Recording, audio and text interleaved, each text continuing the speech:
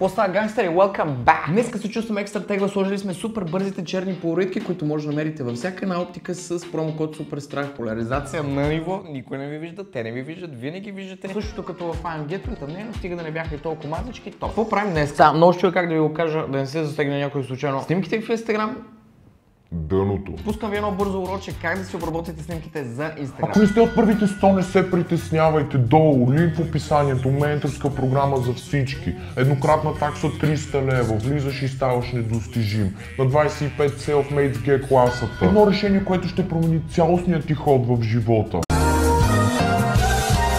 Отваряте Lightroom-ката, ако имате платената версия, още по-добре. Пускаме си скрин рекординга и директно ви показвам как се случва магията. Има перфектния кадър, с който да работиме, доста clean edit, не чак толкова натрапчив, леко сатуриран и с перфектен exposure, бих казал. Кадъра без обработка изглежда по този начин, 0,5 с iPhone-ката, много прилично, все пак снимаме RAW, затова е така измито и доста десатурирано, но сега ще ви покажа как да направим този готин, свеж и мега брутален ефект. Ресетваме абсолютно всичко по снимката и директно се впускаме в дълбоко. Първото нещо, което правим в Curves е да направим лека S-образна форма, с която да придадем малко повече сатурация и контраст на самата снимка. Горе-долу трябва да се получи като вълничка. Сега не всеки път става перфектно, трябва да се доизкусори и пипне малко повече, но в случай, че сме нагласили, всичко би трябвало да изглежда нещо подобно на това. Само от Curves вижте каква разлика има в сравнение с оригинала. Бомба! Следващата стъпка, отиваме на Color, цъкаме Color Mix и се заиграваме с всеки един от цветовете индивидуално. В случая 90% от снимката е небе и е синьо, затова ще започнем първо с него. Искам да го изсветля, да не е чак толкова тъмно, ами да е по-скоро по-тюркоазено и не чак толкова сатурирано. Следващия цвят, който сатурираме, е оранжевото, понеже виждам, че пясъка е доста тъмен и бих искал малко повече да го сатурирам, леко да го светнем и да променим наситеността на самия цвят към по-оранжево, да не е чак толкова жълто. Минаваме набързо и през зеленото, дигаме сатурацията,